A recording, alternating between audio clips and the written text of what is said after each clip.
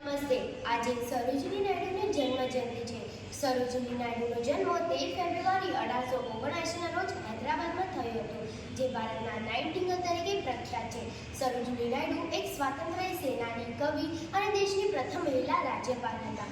સરોજિની નાયડુ બાળપણથી શિક્ષણમાં સારા હતા. તેમણે 12 વર્ષની ઉંમરે 10મીની પરીક્ષામાં ટોચનું સ્થાન લીધું હતું. 16 વર્ષની વયે તેઓ ઉચ્ચ શિક્ષણ માટે લંડન ગયા હતા. તેમણે પ્રથમ લંડનની કિંગ્સ કોલેજ અને પછી ગિલ્ટન કોલેજ, કેમ્બ્રિજ ખાતે અભ્યાસ કર્યો. અભ્યાસની સાથે સરોજિની નાયડુએ કવિતાઓ પણ લખી હતી.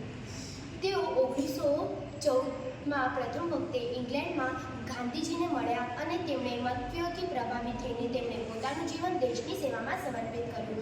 તેમણે 1917 પછી રાજકારણમાં ભાગ લેવા માંડ્યા અને કાવ્યલેખન બંધ કર્યું. સરોજિની નાયડુ મહાત્મા ગાંધીના અનેક સત્યાગ્રહમાં ભાગ લીધો હતો અને ભારત છોડો આંદોલનમાં જેલમાં પણ ગયા હતા.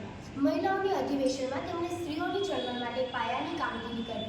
પ્લેગના રોગચાળા દરમિયાન તેમને કરેલી નોંધપાત્ર સેવાની કદર રૂપે તેમણે હૈદરાબાદમાં કિંગ્સવે હિન્દનું સુવર્ણચંદ્રક એનાયત કરવામાં આવ્યો. તેમણે ભારતના વિવિધ નગરોમાં યુવ કલ્યાણ, શ્રમનું ગૌરવ, મહિલાઓની મુક્ત તથા રાષ્ટ્રીયવાદ વિશે વ્યાખ્યાનો આપ્યા. સ્વાતંત્ર્ય પ્રાપ્તિ બાદ તેમણે દેશના સૌથી મોટા રાજ્ય ઉત્તર પ્રદેશના પ્રથમ મહિલા રાજ્યપાલ તરીકે નીમવામાં આવ્યા. 1947માં તેમણે એશિયન રિલેશન કોન્ફરન્સનું પ્રમુખ પદ સંભાળ્યું હતું. તેઓ રાજ્યપાલના હોદ્દા પર હતા. તે દરમિયાન તેમનું અવસાન થયું. જય હિન્દ.